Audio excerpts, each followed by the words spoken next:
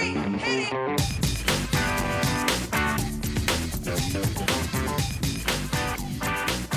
Good morning, good afternoon, good evening, and welcome to today's Caffeine for the Soul. And if you want to go deeper into the insight on understanding that I share in these podcasts each week, check out our free basic course at michaelneill.org/basic course. My friend Paul McKenna used to tell a story on seminars that we taught about finding himself in just a really great mood.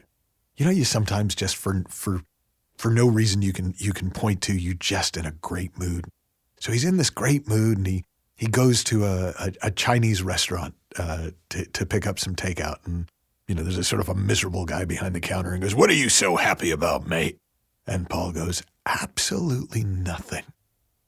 And that kind of unreasonable happiness is the kind of happiness that we can all experience at any time, no matter what is going on in our lives or in the world. Now, I'm going to contrast that with reasonable happiness. And reasonable happiness is a happiness that there are reasons for. Well, I am happy because. I'm happy because things are going well in my world. I'm happy because my candidate won the election. I am happy because my bank account is doing very well, thank you. I'm happy because. But the problem with reasonable happiness is there are inevitably as many or more reasons to be unhappy as there are reasons to be happy. So reasonable happiness, while it feels good, it's a very fickle, kind of a victim-y kind of a happiness. It's funny to talk about victim-y happiness, but it's kind of like you couldn't help it. I mean, everything just was going great, so you were happy. But if everything had been going badly, you would have been miserable. So that kind of happiness, while it's wonderful to feel, you're still at the mercy of circumstances.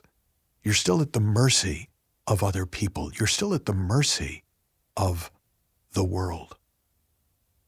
Unreasonable happiness, being happy for no reason, is available 24/7 no matter what.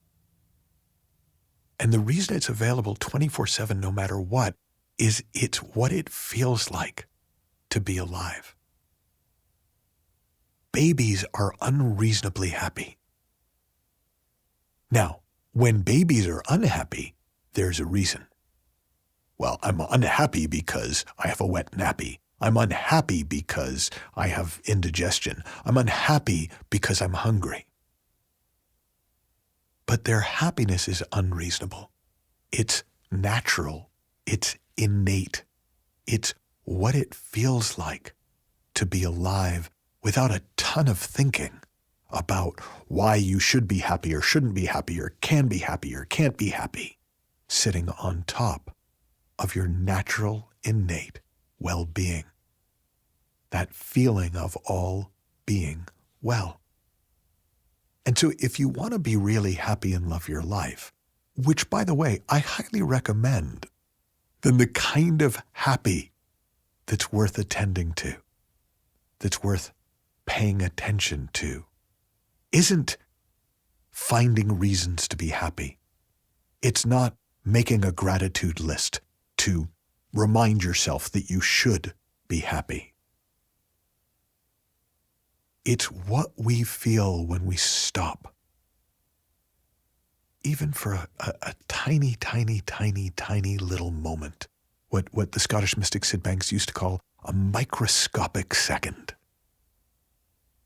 And we allow ourselves to notice the feeling of happiness in ourselves, the good feelings that are ever present underneath the positive or negative noise of whatever we happen to be thinking in the moment.